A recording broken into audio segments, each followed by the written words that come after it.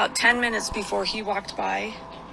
And then I was talking to Mom and we were doing all this stuff. And then I look out the thing and there was somebody like right here. But they were just like kind of doing this kind of stuff, not really pacing back and forth. So I sent it to the FBI and said, if there's an accomplice. Hey, it's Yaka. And this is a video showing a possible accomplice with Tyler Robinson that was scrubbed almost immediately, but people grabbed copies. And inside the footage, she says she gave it to the FBI.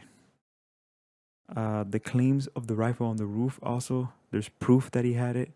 So today we're cutting through the noise. What's misinformation, what's real, and why it matters. About 10 minutes before he walked by. And then I was talking to Mom and we were doing all this stuff. And then I look out the thing and there was somebody like right here. But they were just like kind of doing this kind of stuff, not really pacing back and forth. So I sent it to the FBI and said, if there's an accomplice, you know, because the camera from here to here took way too long. If you time how long it took him to get from that little part over to here, was way longer than it should have been. So I wondered if the girl had given him stuff, like if there is an accomplice. Sorry, you're filming. And it said right here, that picture from Sam's across the street, he was right here. Yep. And so you say the gun was dumped up here? No, I'll show you where. Oh. Our sacred hill. This is where we sled every year. Yeah. There's the that all of you guys would go. Grandpa would buy extra meals every week. So this is where you could see him in this area. And I saw the officers right there and then on the basketball hoop. So some of these footprints would be his for sure. Ooh, that's right. I would play there as a kid in those forts.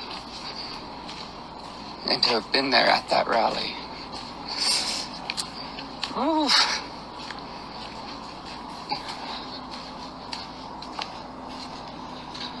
I saw Irwin on TV as well.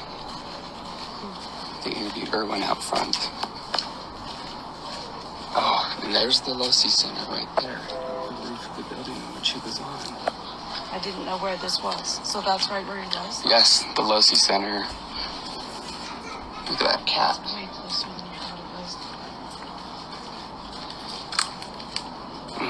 So he must have known how to scout out, and like I had this on my calendar for weeks, and so it said it was in the courtyard, and so he must have been, there's EVU.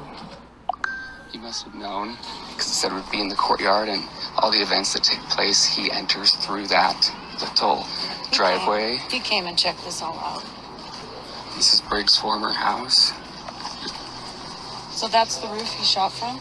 Yeah, the Losi Center. That's the career center of the university where I did my interviews for internships. That's the Losi Center where he shot from?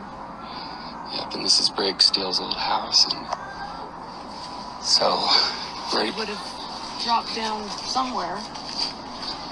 And there's Grandma's old house. And so where do you say the gun was dropped? Well, DeRay's house is right here. And there's one of the places up here that doesn't have the fence. So he probably just ran up in there and dropped it. But it's like, this isn't that far. I was thinking he went a long ways up in there. But yeah. it's... Oh. And it could be actually over here. And that's the tunnel where they released the photos of him entering. Because you can't cross the street anymore. They made that underground tunnel. You see that handrail right there? That's the photo they had of him going down to get through. And so of course the real question is, why was it scrubbed? That's just something we're gonna have to wait for, apparently. But regarding the roof, you can see here he does have the rifle. Puts it down, then he grabs it, swings it over. So you can kind of clearly see that. He makes his way towards the street, but that's right in front of the opening to the vacant house.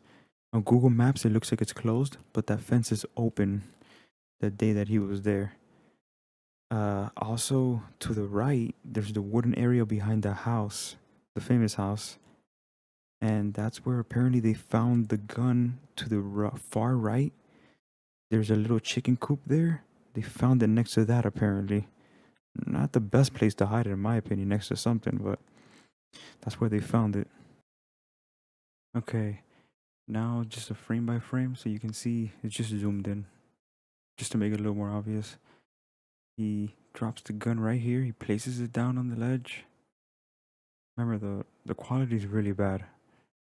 Goes over, swings his foot. That makes that mark across the panel. And then now you see him grab it, pull it over himself, and then he just gets ready to brace himself for the fall. And here you see a trail which is open leading to the ROTC trail, and then a wooded home with the rifle, which is apparently where they found it. So after the shooting, he's walking. If you kind of count it with the people, he was ahead of them. So if he's walking maybe a little bit in a hurry, I think he has the rifle obviously either on him or he already dropped it. And then we don't see him. So what is he doing? He should have been at least seen by now. A second or two. The people are already outside of the screen. There's another person walking in, doing something there. He's still not showing up. So what was he doing in this area? So this is really suspicious, and maybe it's hard to tell here, but he changed clothes. Maybe he did drop the weapon in this area, but he's running. Now, regarding the ROTC building, remember, he did have experience. He's been shooting since he was 10 years old. His whole family, ex-cop father. So he knows his way around the gun. People are saying that it's not easy. Yeah, it's not. No, it's not hard. It's not a hard shot. So people saying that it's not a hard shot. It's not a hard shot, but he did have experience. And the way he planned this, if it wasn't for his parents turning him in, he could have gotten away with this. Think about it. What do they really have, as far as we know? DNA on what? The screwdriver and the gun, which are his, and then a video that you can't tell, honestly, if it's really him or not. It doesn't prove anything. So we will see what happens with this case. And we need to see some more proof come out. I can understand holding some proof and stuff, but why are they holding all the footage? Why are they cutting the cameras and zooming in? You know, like, why are they not showing everything? It obviously makes you suspicious, but we're just gonna have to wait and see what comes out with the truth in the court. And yeah, what else can we say? So, what do you think? Real accomplice or just digital smoke and mirrors? Let me know in the comments. Subscribe.